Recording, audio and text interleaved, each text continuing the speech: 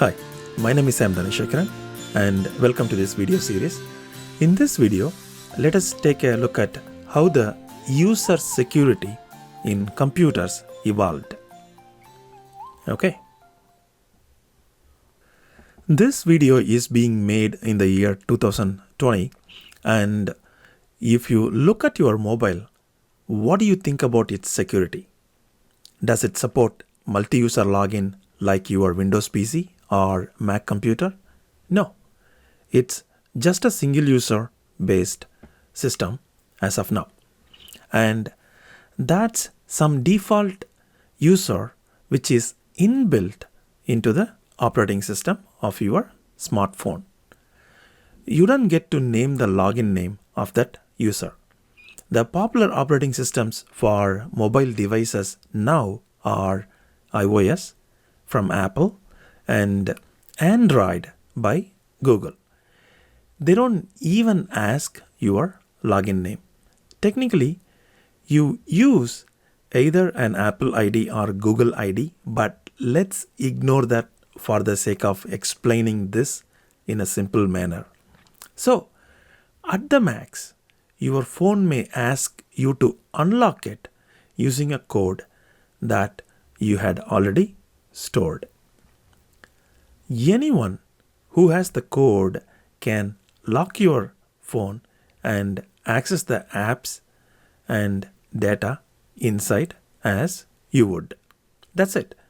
Once it is unlocked, it doesn't differentiate who the user is. The earlier PCs were like the current mobile phones. Microsoft DOS, which is Disk Operating System, was the popular operating system then. Like I said, the earlier PCs supported single user. Once you power on the computer, it will boot and simply take you inside by presenting a text-based prompt waiting for your command.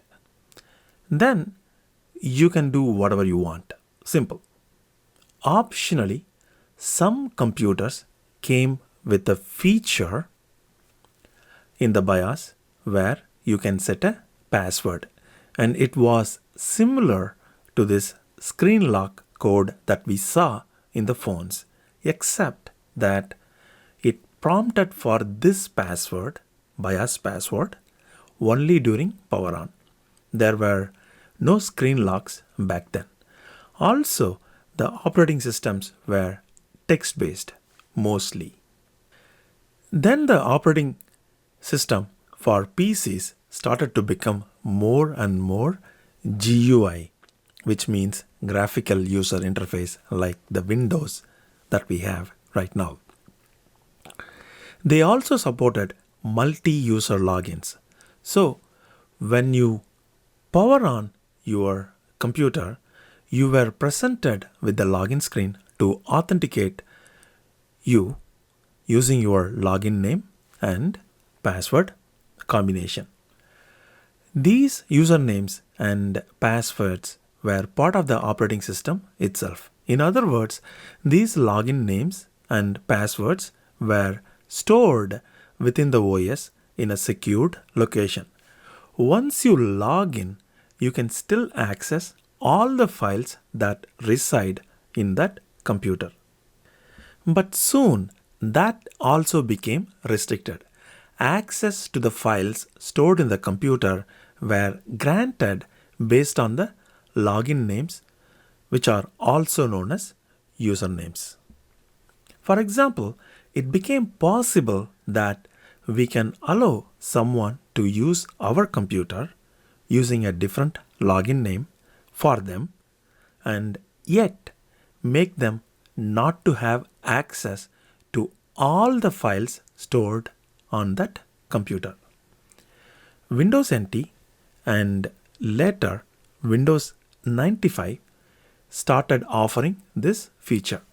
But remember that the username or login name and the password details are owned by each computer. Okay, so the authentication information was owned by each computer. Then when these PCs became part of a local network led by a server, then the user authentication was handled by the central server. Like these PCs and a server were logically grouped into a domain. The server would be the domain controller, meaning that it's the main controller of that domain, and the rest of the PCs are part of the domain. In this setup, the usernames, passwords were stored centrally in the domain controller server.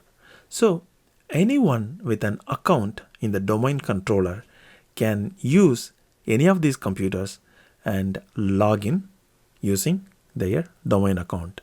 For example, if I had an account in the domain controller, I can physically go in front of this computer and log in using that username and password. So technically, these computers depended on the user information stored on the main server for login. Okay, I'm trying to keep things simple, but basically what happened was, for advanced user, like when someone went in front of this computer and tried to log in using a domain account, basically a copy of the domain account gets added into a local group in this PC, and authentication is provided based on that. But that's for advanced user. But as of now, just think that in this setup, the username and password and all this authentication information are controlled by a central server. But things did not stay as simple as this. Soon, there were multiple domains. There were multiple domain controllers in a domain, like primary domain controllers, backup domain controllers, etc. And there are requirements for users from one domain to access resources provided by another domain. Certainly, we didn't want to create duplicate accounts for users in each domain. At the same time, how do we make a user from domain D to access data from domain A without duplicating the login names for the user in both the domains? And where do we store the username and password info? As it became much complex, a separate branch in information security was formed called directory services. I would say, I wouldn't say formed, it just got evolved. Okay. And directory refers to the user or login authentication information at its core, along with a lot of other information. So let me explain about directory services in the next video. So as of now, please note that the username and login informations were earlier present in each PCs. Okay, or I can say the authentication was done at the PC level. Then the authentication was done at the server level, because these PCs are part of a domain where that server is the controller. So by being part of the domain, these users will listen to the authentication information provided by these servers. Now we are venturing into complex scenario where what if there are multiple domains, and how we can authenticate users from other domains. Okay, so in order to explain that, I have to give you a real world scenario and Let me explain using that. Okay, thank you very much.